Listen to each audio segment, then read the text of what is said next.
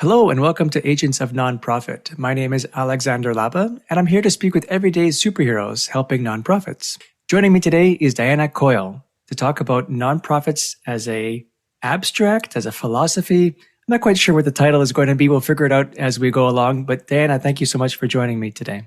Of course, I'm excited to be here and share time with you. So before we get started, I'm curious to know your superhero origin story. My superhero origin story is really tied back to growing up. My parents really invested the importance of connectivity to your community. So we were always really involved in different areas, from Girl Scouts to 4-H to being involved in school activities. And it made me realize that there's a lot of people in the world that make nonprofits and community agencies happen. And so I think I always had a calling to be a part of that, whether in a leadership role and wanting to take things on as a volunteer. And then as I traveled that journey, having it really be a part of my career calling and personal identity. That's really cool, Diana. And maybe if you could also explain then, where you are today. What is your position and what is your role and where do you serve? I now serve as an executive director for a small community-based nonprofit located in Hamilton County, Indiana. So we sit just north of Indianapolis, and we are Hamilton County Leadership Academy. And our program has been around for about 30 years, and we have over 850 alumni of our program. And we invest and connect in people who want to make a difference where they live, work, and play, and give them the resources in knowledge and in people so that that can be possible.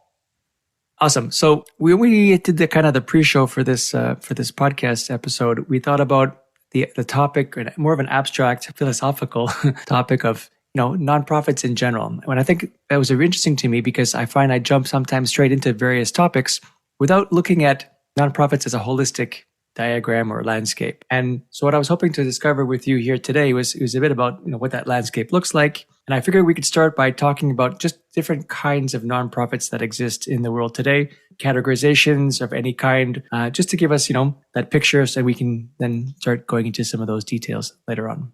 Definitely. Initially, when people hear nonprofits, I believe a lot of individuals immediately go into services and agencies who are helping with basic quality of life. So do people have shelter and safety and support and food so that they can live and really thrive? When you look at the scope of what a nonprofit really provides into the community, there is one arm with human services and social services and making sure that people are receiving basic needs and having those things be met. We also can really expand out and look at nonprofits doing work to create a quality of place as well, and look at things like arts and culture where people reside and live, and really look at the ability for nonprofits to aid in connectivity and education and nature. So the irony sometimes in the nonprofit space is there are nonprofits for just about anything someone wants to lean into and build connectivity for themselves where they live or work. It is finding that right space that they can do that and have a mission that aligns with their passion and purpose. And I'm curious to figure out where the edges are. Like, if I know nonprofits obviously do a lot of great things in the community, and I'm curious to know, how could we define what aspects they don't cover, because that's a bit of an odd question, but more, where would a need be better served by a for-profit company than it would be by a nonprofit company?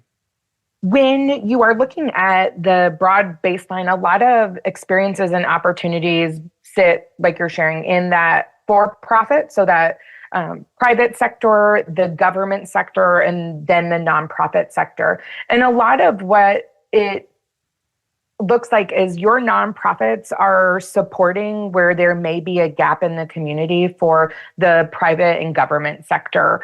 And so as you look at that, some people really look at nonprofits as a status tied to maybe a tax status or something along those lines. But when you're looking at it as an organization, a nonprofit is really providing a societal benefit or a societal need that isn't being met by that private or government sector. And so a lot of the times it is seen as that third sector next to the government and business side of operations. And the piece there is there's a lot of intersection though, because the government and business will really partner with those nonprofit agencies to meet the needs of the community. That's exactly what I was hoping for. It is exactly that, the definition of, or the edges. And that leads, of course, because you're right, there's a gray zone between them, and especially if the other two lean on nonprofits for certain services. Like when, I don't want to say when does it make sense to create a nonprofit, because I guess when there is a gap, when there is a need out there, like is that the main driving force? Is it really just about the gaps, or is there something else, something more? It's not a matter of seeing what exists and then saying, hey, wait a minute, this is missing, let's create it as a nonprofit. Is there another angle to that, I guess is the question. Is there another reason to start a nonprofit? I would say before jumping into the creation of a new nonprofit is really seeing what that intersection is already that exists in the community, that maybe it is more of a collaboration and partnership development than the creation of a whole new service or area to be met. And so I think one of those avenues that is talked about sometimes is maybe an element of need tied to food insecurity. So in an area where there may be food insecurity, government might look at things and say, when it comes to planning and development, where maybe is there a food desert that doesn't have a place and space for people to get groceries or get that need. And so they may look at that in that arm from the planning side of what does that look like for the planning and development and economic development of the area. Whereas someone may look at it from a private sector of what that is too, of where can we come in and be a part of that, versus someone may look at the experience from a nonprofit side and say, okay, we have a population that is needed, maybe tied to the school system. So what nonprofit exists, what is being done in the schools that we can maybe build a partnership so kids can have backpacks and get food on the weekends in a way that we're maybe not creating a new partnership, but we're pulling in the private sector to a nonprofit community where the government may be looking at it from a larger perspective, a higher perspective than just the individualized population that needs that support. That's a lovely answer. Thank you. The complexities where people have multiple degrees tied to this topic area as well, and why it's important for people to really dig in and connect with some of the nonprofits that are in their community. Right. So from that angle, from that perspective, if someone wants to contribute and volunteer with a nonprofit, is there normally a place that they can go to even look for these nonprofits, either in their community or beyond? Like, is there what resources are available for people like myself, for example, who want to volunteer, not quite sure where to or what my skill set would be, or where the demand would be, where I could be needed most, for example? Is there any kind of place that you can recommend people start the search and explore the possibility of being a volunteer at a nonprofit? Definitely. I think one of the great ways is looking at some of the community-based leadership experiences that exist. So similar to what Hamilton County Leadership Academy does, we are bringing in a cohort of individuals who are passionate about giving back to where they live and work and want to expand their knowledge and learn more about the resources and nonprofits and government entities that maybe are doing this work in the community. And so my first thing to recommend is taking a look and seeing if your city or location you reside in, your metro area, has some type of program that is focused on community-based leadership and civic engagement, because that will be a great spot to not just learn about the individual entities that exist, but you're also going to get to intersect with other people who they themselves have a network. So you might not meet someone from a specific nonprofit, but you get talking with someone about a passion area or something that's important to you.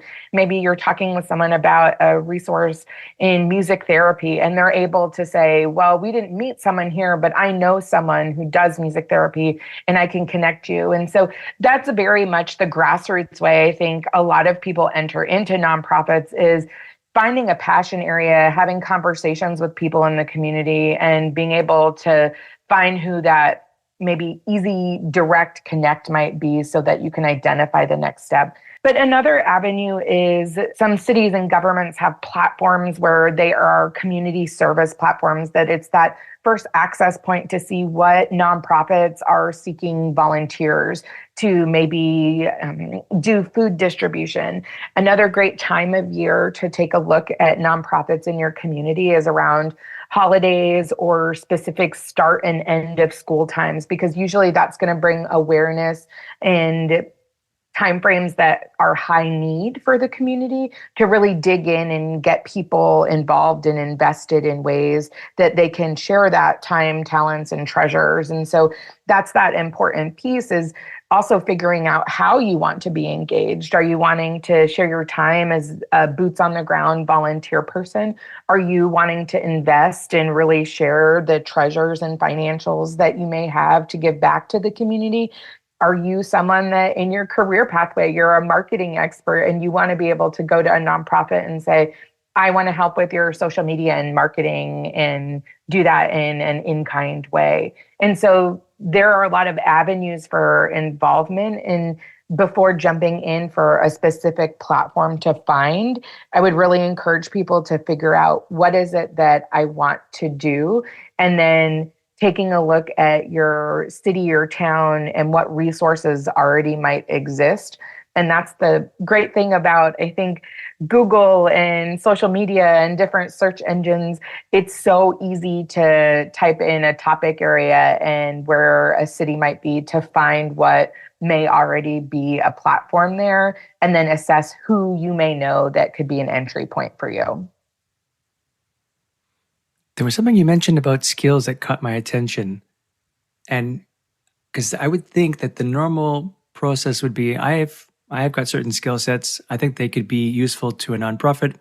And then when I go to and find these nonprofits that fit and align with my values and I like their mission, I propose this particular set of skill sets or skills. What is your opinion about someone who wants to contribute, but maybe wants to develop skills at the same time? Would working with a nonprofit be a good idea to initiate, develop, cultivate, nurture these kinds of skills? Or do you think it's better spend my time with tech because I can add a lot of value versus I don't know how to, let's say do sewing. And, instead of volunteering at a sewing company or a sewing organization rather, and helping them mend clothing, but I have a kind of an interest to learn sewing. So what would be your opinion about not applying your primary or secondary or even triary skill set, and instead of using it as an opportunity to develop something new in you? Definitely. That is one of the pieces that does occur in the nonprofit and volunteer sector a lot, is someone may come in very specifically and say, I want to share my skill set that I already know. But other people may say, I do communication or tech work as a part of my 9 to 5, and I want to broaden my knowledge and understand maybe more about the financial operations and being a part of a budget committee or being a part of a policies and procedures committee. And I think that is where each nonprofit and organization may structure a little differently. Some may have direct access and have volunteer requirements to come in and get connected on the baseline and then move into a committee role or move into a board service role. But I definitely think nonprofits are a space that you can use the skill sets you already have, or really start to cultivate the talents that you don't know that you have and that are untapped, or even finding passion areas that you didn't know were important to you. And now you see the impact they can make in an organization, or even have a new creative outlet for yourself. Yeah, because I can see it as an opportunity to say, I'm using sewing as an example for some reason, but I really want to learn it. I want to contribute. And I guess the passion and the motivation is more important than the level of the skill, right? I mean, I'm sure I could learn it pretty quickly. If I'm interested in learning it, I will. And I can still make a valuable contribution to the nonprofit by doing so. So happy that you said that. I'm also curious then, everything we've talked about so far seems to be finding nonprofits in your local community, like within a drive, of where you live currently. Is there any examples where you can make a valuable contribution to nonprofits that are across the country or in different countries? Or is it more typical, like because you need to be there or might need to be there in person, that you should maybe stick to the local community? Or is it more because it's just a matter of interest, like just because it's chosen to work with local nonprofits, because I want to help the people around me and the community around me versus helping a community outside of my immediate surroundings? I was curious to know your thoughts about that. Definitely. I would say my work specifically has really been tied to a more localized approach in the nonprofit world. However, when you look at nonprofits, there are some nonprofits that are activated more in, I might call them a little bit of a hub and spoke model of like there is a larger entity that then has chapters that exist in different states and different areas of the country and may serve in unique ways because the way you serve maybe in Indianapolis would look different than how you would provide services in another city or state.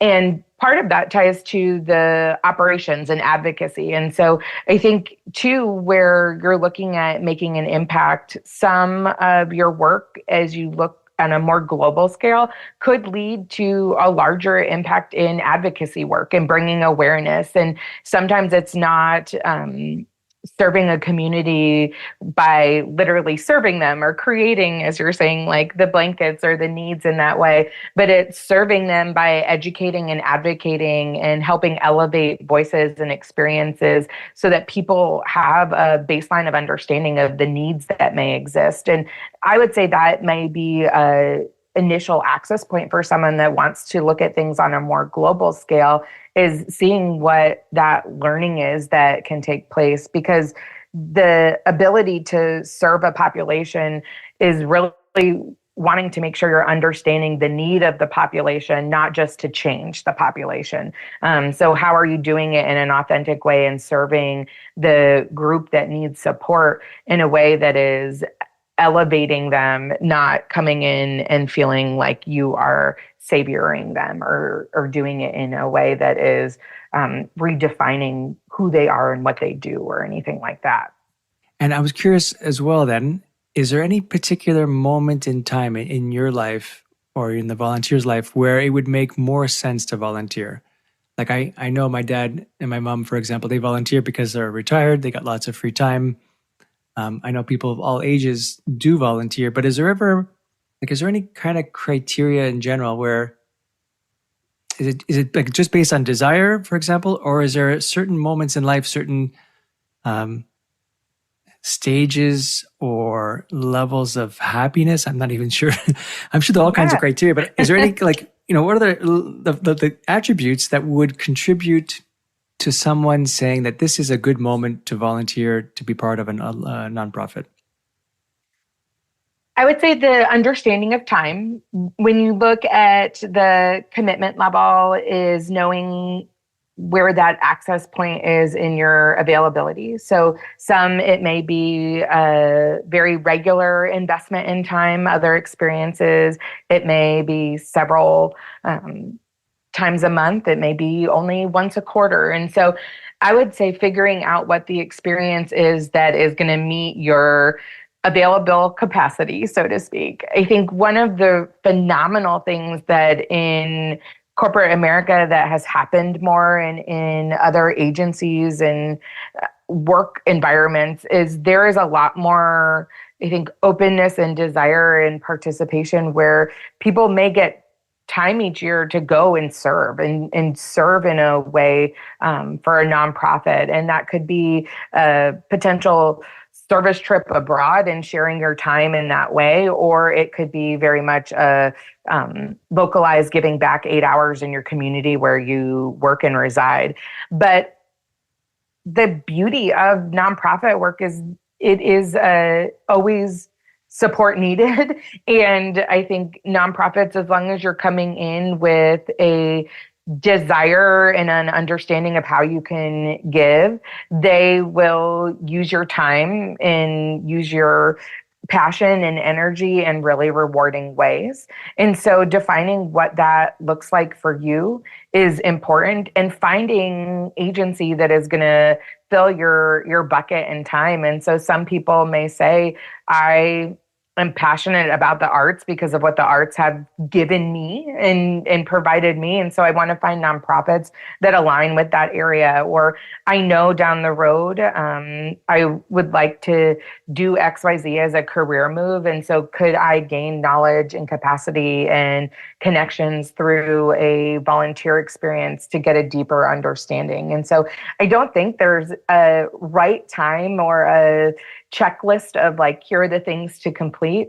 Some of that may come with the different levels of involvement and engagement that are available for individuals, but you really can give back in ways that are rewarding to the capacity in which you can give.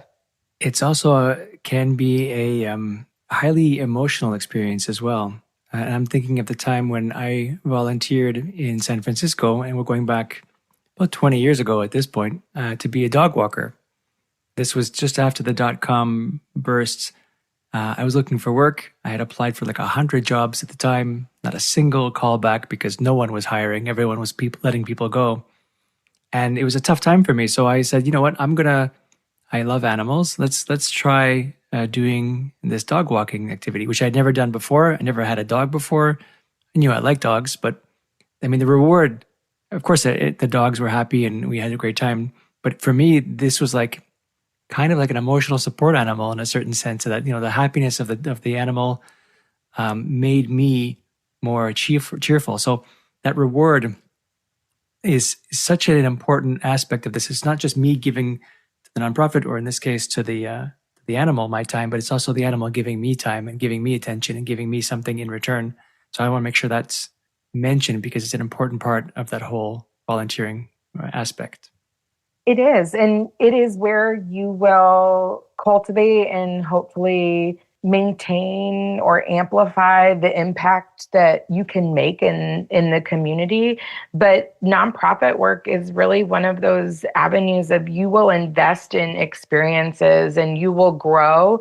And it might not be until maybe a year later that you realize the impact that time and energy had on you, and what you were able to now accomplish because of those experiences and because of giving back into the community.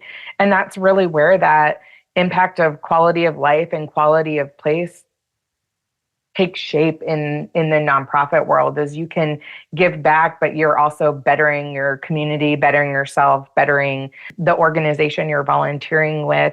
And it just grows and continues to fill, hopefully, the cups of others.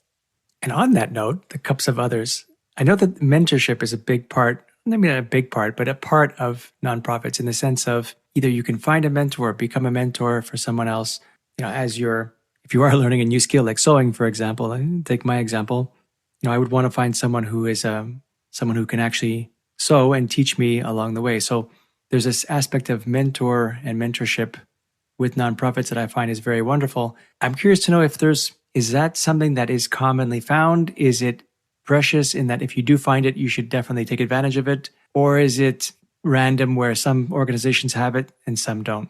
There are some organizations that is the heart of their nonprofit work. And so there are agencies and nonprofits that solely focus on building mentorship in the community. And so where you are becoming a mentor to someone and really focusing in on a population so that they can continue to grow and develop in rewarding ways.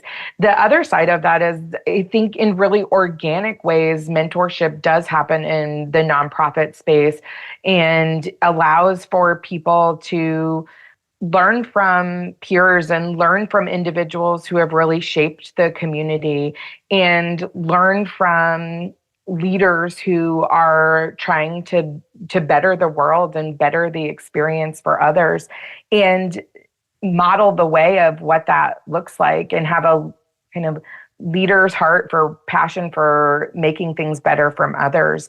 And so I think that is the open door sometimes that happens with nonprofit work is there is high empathy and high focus on relationships and giving back to others that sometimes means that there's a mentorship relationship that happens and is maybe a byproduct of the experience and not always the core tenet in which you're going to enter into volunteerism or nonprofit work for, but is an outcome that you may be able to reap because of the time and energy you put into the experience. So do you think it would make sense to seek that like, as a mentorship? Like, so I find, for example, I become a mentor in the recent past, and it's a tremendously rewarding experience. It's amazing to see my apprentices, as I call them, grow. And I do it on a professional level and a personal level too. I'm actually doing mentoring now for university students in McGill, my local university here.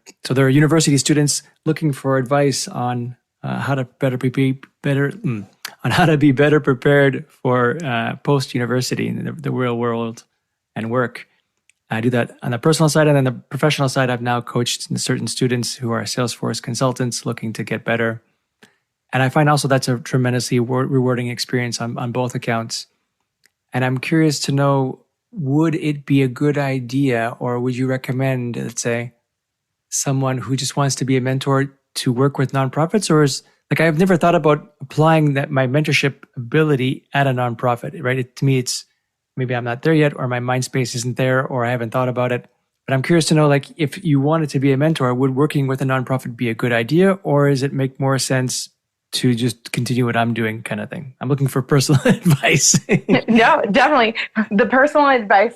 So this could look different depending on your community. I think even down to what the core tenet of mentorship is. And so I will use myself as an example because I wanted to give back in a unique way to the community I live in. And because I used to work in the higher ed field, I knew there was an opportunity to serve as a mentor for one of the local school districts. And so I have gone down that pathway very specifically because I wanted to serve as a mentor and serve as a resource for someone as they were navigating their next steps in potentially their educational pathway. And so I'll be mentoring a high school student in the area. And so that very much targeted because I knew I wanted to serve in that mentor capacity. That was something that I sought out. And there's organizations that do that very specifically in communities for different populations. And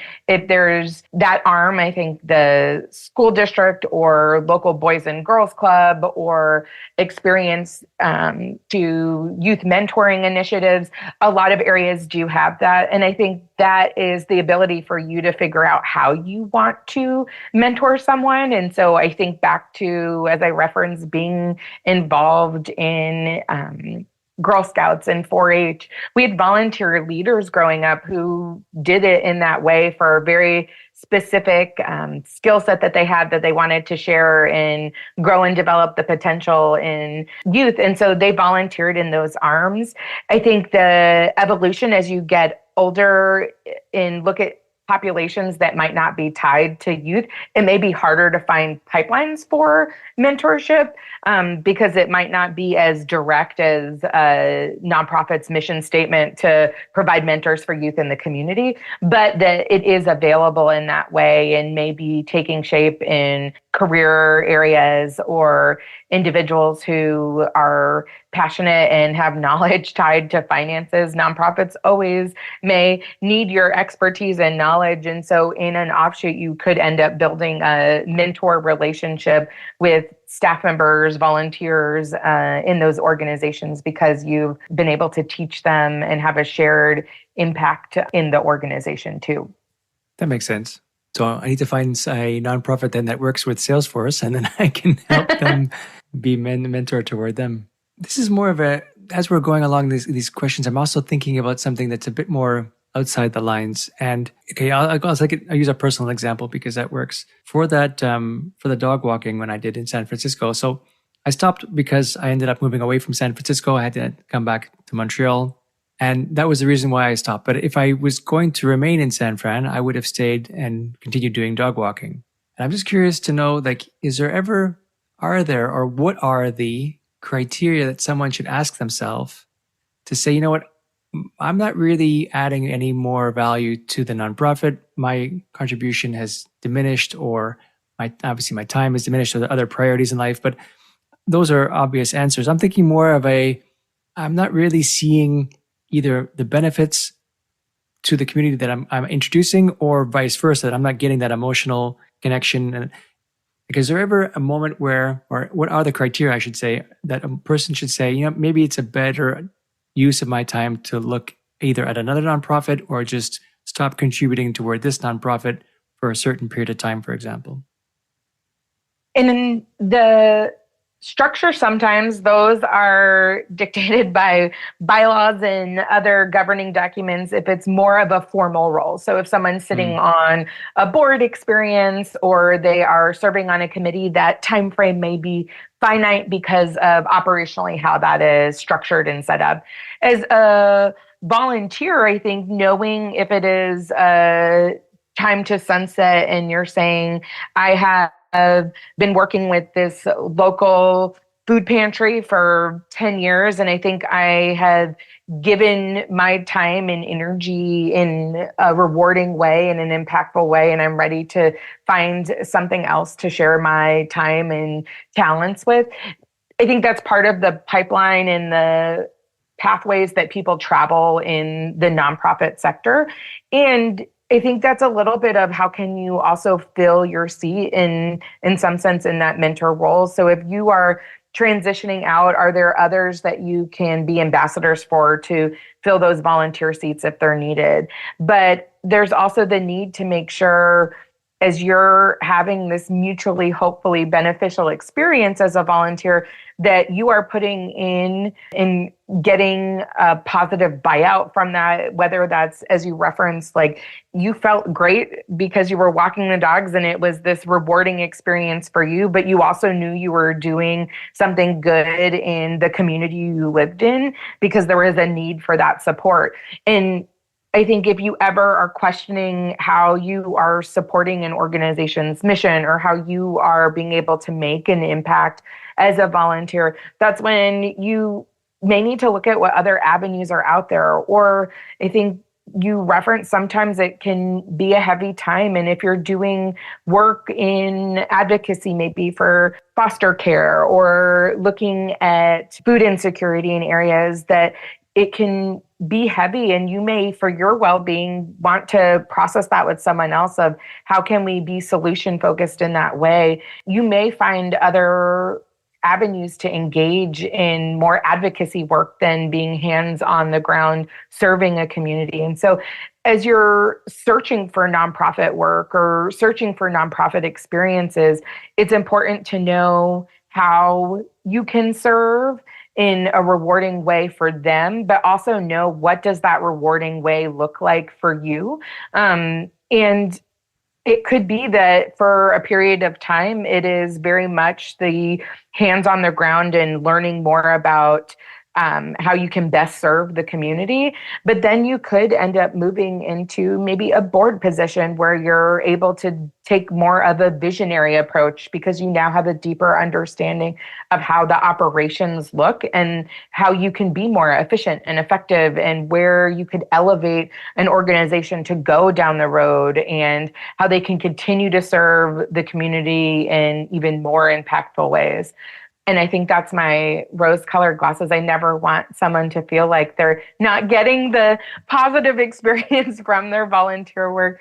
But it's also okay to sunset and say, I have served my time. I have given, I think, all I can. And been able to reap the rewards from my volunteer life in a rewarding way and sunset and say, I can now go and serve in a different way, or I've been able to leave a really positive mark and make an impact how I wanted to when I stepped into this volunteer life.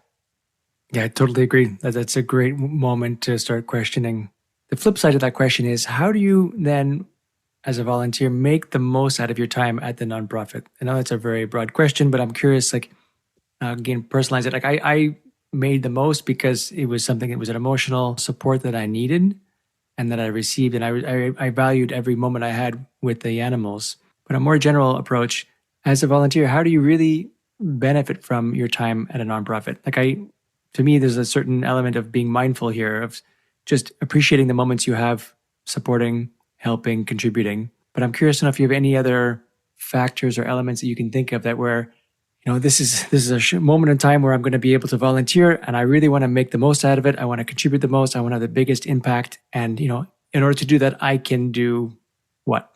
I would say the first step there is really taking a look at the organization mission, the organization strategic plan, and their values. And so as you're saying yes to a group, making sure you're not off base or not understanding where they are trying to move the organization forward and what the opportunity looks like. Because the exciting thing about being involved in a nonprofit and being a part of a community-based organization that is really looking to enhance the quality of life for the people in their vicinity is that they are looking to the future to say, where is it we want to take this organization in the next 3 to 5 years?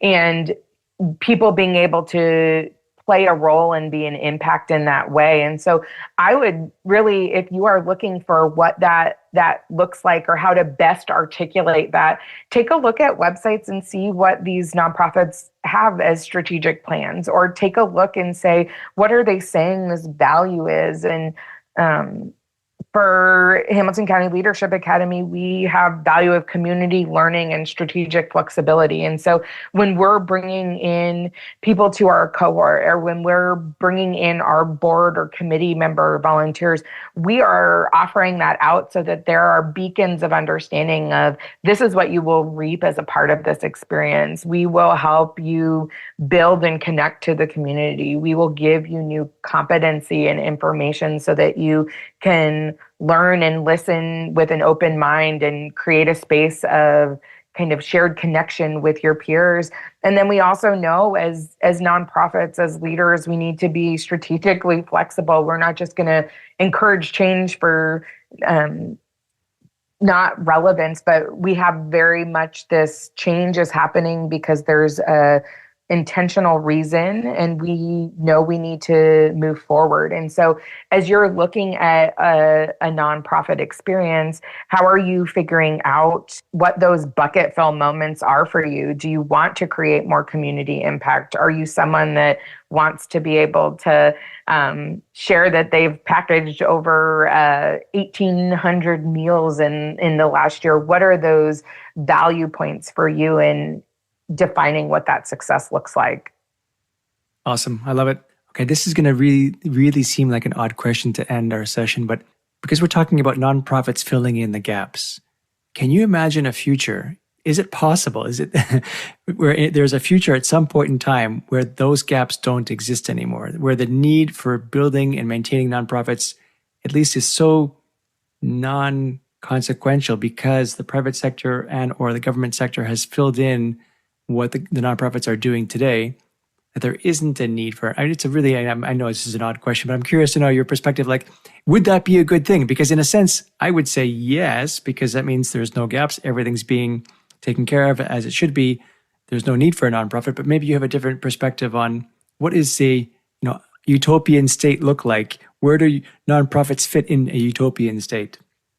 The utopian state. This is a great question because I think this almost ties back to where I shared in the beginning. Sometimes the initial go-to of the nonprofit world is saying the social services so that people have food and shelter.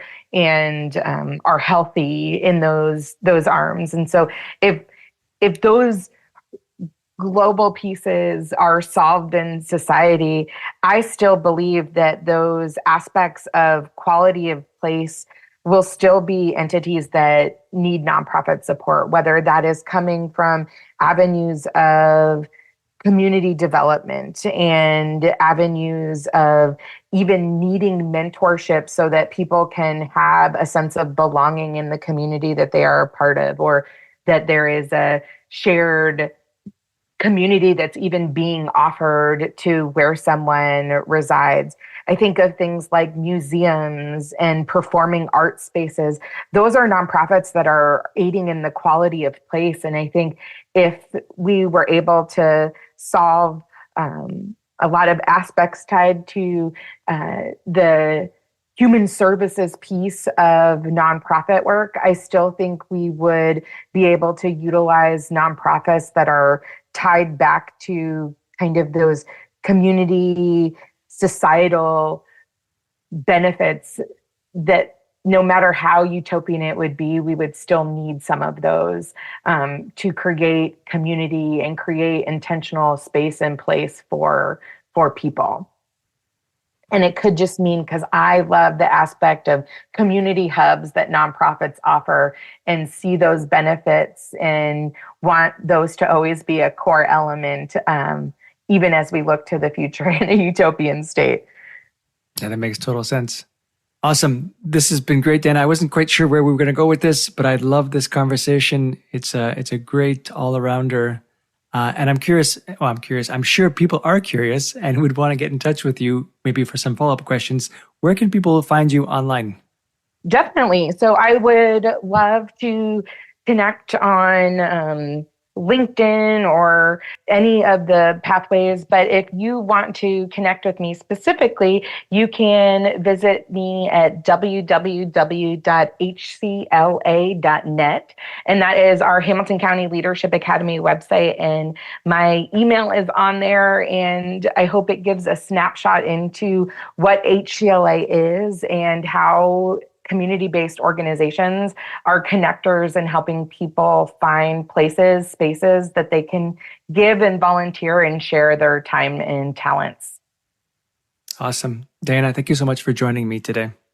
Of course, this was wonderful. Thank you for this opportunity. And I hope this inspires someone to take a look and see how they could give back to their community and really make an impact and be a change maker.